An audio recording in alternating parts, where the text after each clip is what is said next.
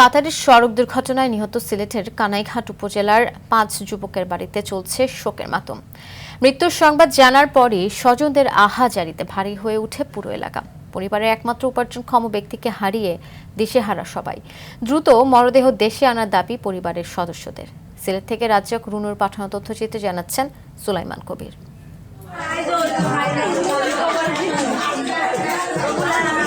এক কান্না আর আহাজারি কাতারে ভয়াবহ সড়ক দুর্ঘটনায় প্রাণ হারানো কাদের আহমদের পরিবারের সদস্যদের। একমাত্র উপার্জনক্ষম ব্যক্তিকে হারিয়ে দিশেহারা পুরো পরিবার।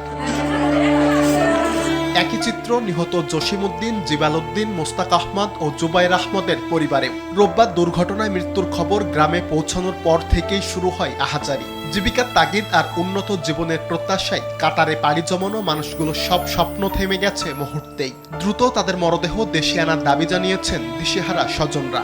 মহিষার শাশুড়ির 2 ছেলে, আরো 2 শালা, আব্দুল্লাহ, তুফিল, এরাও বিদেশ। ওরা লোকালোক কিছু খবর লইছে নিয়া, তখন তারা হসপিটাল মর্গে আছে। গত রাত্রে আগে রাত্রে 4টার সময় সড়ক দুর্ঘটনায় মারা যান। হইয়ার আমার দামাত সকল সময় দা যোগান না, যত দ্রুত হয় আমার লাশটা দেশ আইত সরকারের মারফতে দাফন করতাম।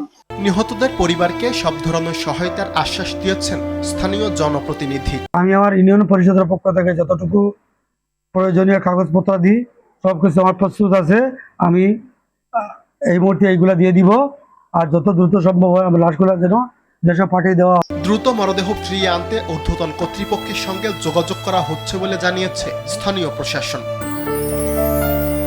সুলাইমান কবির, RTV।